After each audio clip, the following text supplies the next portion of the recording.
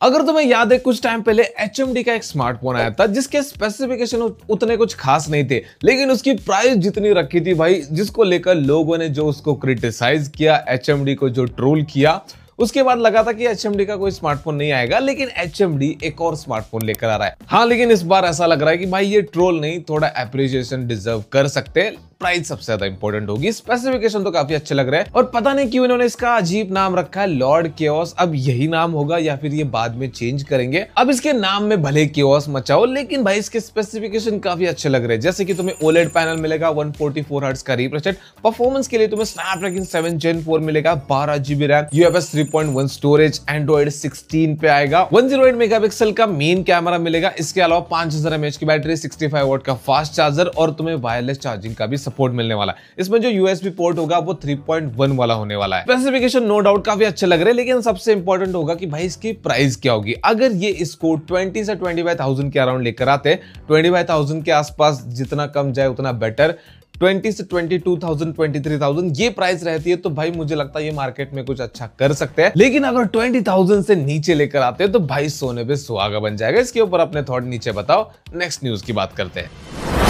Nothing ने एक और CMF फोन 2 Pro लॉन्च कर दिया इंडिया में नहीं, बाहर के कुछ सिलेक्टेड मार्केट्स में, जिसका नाम रखा है नथिंग फोन 3A लाइट। हाँ, ये 3A का लाइटर वर्जन है जिसके इंडिया में आने के चांसेस बहुत ज्यादा है, मतलब नवंबर मंथ में आ सकता है। अब मैंने ऐसा क्यों कहा कि एक और CMF फोन 2 Pro, क्योंकि इसके स्पेसिफिकेशन देखोगे तो काफी ज्यादा सिमिलर लगते हैं CMF फोन 2 Pro से, लेकिन ऐसा लग रहा है कि ये प्राइस से डिसअपॉइंट कर सकता है, क्योंकि एक तरफ CMF फोन 2 Pro तुम्हें 15,000 के नीचे मिल जाता है और इसकी जो बाहर के मार्केट में प्राइस है उसको इंडियन करेंसी में कन्वर्ट करोगे तो वो 25,000 के अराउंड बनती है। और अगर इसको ये एग्रेसिव प्राइस में भी लेकर आते हैं, जो कि बात चल रही है 20,000 के नीचे इसको लेकर आएंगे नथिंग वाले, फिर भी CMF फोन 2 Pro ज्यादा बेटर ऑप्शन नहीं लगेगा। उन्हीं के सब ब्रांड का नाम हटा के सिर्फ नथिंग की ब्रांड वैल्यू के लिए इतना पैसा खर्च करना क्या तुम्हें सही लगता है? दोस्तों, मुझे समझ में नहीं आ रहा कि सैमसंग वाले पागल हो चुके हैं या फिर हमें पागल बनाने की कोशिश की जा रही है, या फिर जो लीक्स निकालते हैं उन्होंने कुछ फूक रखा है जिसकी वजह से ऐसी लीक्स आ रही है। मतलब पिछले कुछ टाइम से सैमसंग S26 सीरीज के ऊपर ये वो पता नहीं क्या क्या रूमर्स है, जिसके ऊपर हमने अलग अलग वीडियोस भी बनाए। भाई मैं बोर हो गया, परेशान हो गया, मैंने छोड़ दिया। लेकिन अभी एक और रूमर निकल कर आ रहा है तो मैंने सोचा इसको टेक न्यूज में कवर करते हैं। तो जो S26 Edge था उसको भाई बहुत सोच समझ के एकदम बढ़िया डिसीजन लेके इन्होंने S26 लाइनअप से बाहर निकाल दिया। लेकिन अब रूमर्स ये कहते हैं कि भाई साहब वापस आ चुके हैं। सैमसंग सोच रहा है कि भाई S25 Edge के साथ ऐसे क्या गलत चीजें हुई जिसकी वजह से वो मार्केट में चला नहीं। जैसे कि बैटरी छोटी दे दी भाई हम लोगों ने, कैमरा में लिमिटेशंस थी, मतलब थोड़ा सा और पैसा खर्च करो तो S25 Ultra आ जाता है जिसमें तुम्हें प्रॉपर कैमरा सेटअप मिलता है टेलीफोटो लेंस के साथ। लेकिन हमने भाई 1 लाख के ऊपर चार्ज करके बस 2 ही कैमरा दे दिए। तो सैमसंग का प्लान अब ये चल रहा है कि भाई इसको हम और पतला तो बनाएंगे, लेकिन बैटरी साइज को भी बढ़ाएंगे और कैमरा भी हम एक्स्ट्रा दे देंगे भाई तुम्हें। लेकिन मैं ये सोच रहा हूँ कि ये इसको और स्लिम बनाएंगे, कैमरा भी बढ़ाएंगे, मतलब कैमरा मॉड्यूल की साइज भी बढ़ जाएगी, तो फिर ये बैटरी को कहाँ एडजस्ट करेंगे। खैर, अब जो भी हो, ये S26 Edge तो भाई S26 लाइनअप से नहीं हटने वाला। हाँ, लेकिन ये लीक्स है कि ये S26 लाइनअप के साथ लॉन्च नहीं होगा। ऑलरेडी S26 लाइनअप लेट हो चुकी है, मार्च में लॉन्च होने के रूमर्स चल रहे हैं, तो ये 2026 के मिड या फिर एंड तक लॉन्च हो सकता है। कुछ दिन पहले मैंने वीडियो बनाई थी कि जो iQOO Neo 11 है उसमें तुम्हें 8 Elite प्रोसेसर मिलेगा। उसके ऊपर कुछ लोगों ने ट्रस्ट नहीं किया कि भाई नहीं ये प्रोसेसर नहीं होने वाला, इतना तगड़ा प्रोसेसर कैसे देंगे। तो जाओ जाकर देख लो भाई, iQOO वालों ने खुद कंफर्म कर दिया कि 8 Elite ही होने वाला है और उसका एंट्रीटू स्कोर भी सामने निकल कर आया 3.5 मिलियन। अब तुम ये बोलोगे कि भाई है 8 Elite का एंट्रीटू स्कोर तो 3 मिलियन से ऊपर जाता नहीं। ये बात iQOO वालों को पता, जो लीक्स आए मैंने बता दिए। LPDDR5X रैम, UFS 4.1 स्टोरेज मिलेगी तुम्हें और इसमें तुम्हें सेमी वेपर कूलिंग सिस्टम मिलने वाली है जो iQOO 15 में मिलेगी। तो गेमर भाइयों, खुशी का माहौल है, खुशियां मनाओ।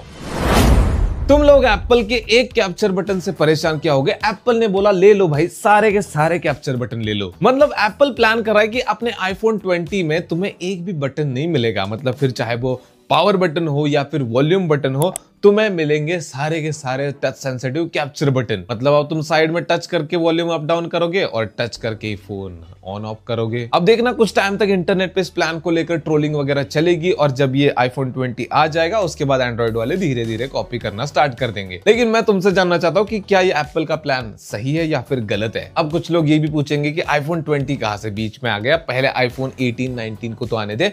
iPhone 18 आने वाला है लेकिन 19 नहीं आएगा। ये iPhone 19 की जगह 20 लेकर आएंगे क्योंकि 2027 में इनकी 20 साल की एनिवर्सरी कंप्लीट हो रही है।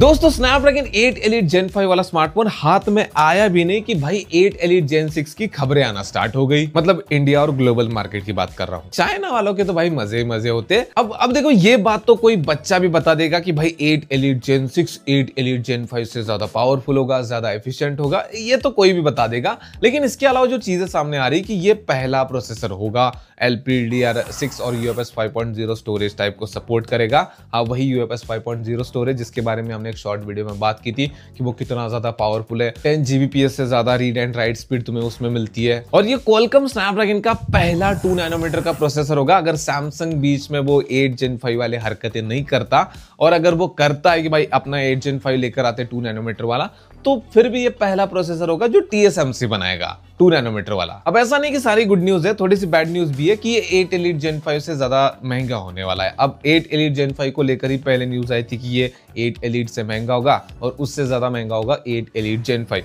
और ये 3 नैनोमीटर से 2 नैनोमीटर में जा रहे हैं तो डेफिनेटली प्राइस इंक्रीज हमें ज्यादा ही देखने को मिल सकता है मेरे हिसाब से। बाकी ये नेक्स्ट ईयर के सितंबर मंथ में आएगा तो उसके लिए अभी अच्छा खासा टाइम है। अच्छा खासा क्या भाई, यहाँ पर 8 एलीट Gen 5 का स्मार्टफोन भी नहीं आया और हम 8 एलीट Gen 6 का टेंशन लेकर बैठे। पहले 8 एलीट Gen 5 को देखते भाई वो कैसा होने वाला है। पूरे 21 यानी 21 मंथ के बाद वी यानी वोडाफोन आइडिया ने भाई अपने एक्टिव यूजर्स को बढ़ाया है। मतलब कुछ लोग नए सिम कार्ड के थ्रू या फिर पोर्टिंग के थ्रू वी के यूजर बन चुके हैं। पहले इनके 171.52 मिलियन यूजर थे, वो बढ़कर 171.54 मिलियन बन चुके हैं। हाँ मैं जानता हूं बड़ा नंबर नहीं है, 0.02 मिलियन बहुत कम होते हैं, लेकिन सोचो एक कंपनी के भाई एक्टिव यूजर्स 21 महीने 21 मंथ से नहीं बढ़े थे तो उनके लिए छोटी सी सही लेकिन एटलीस्ट अचीवमेंट है।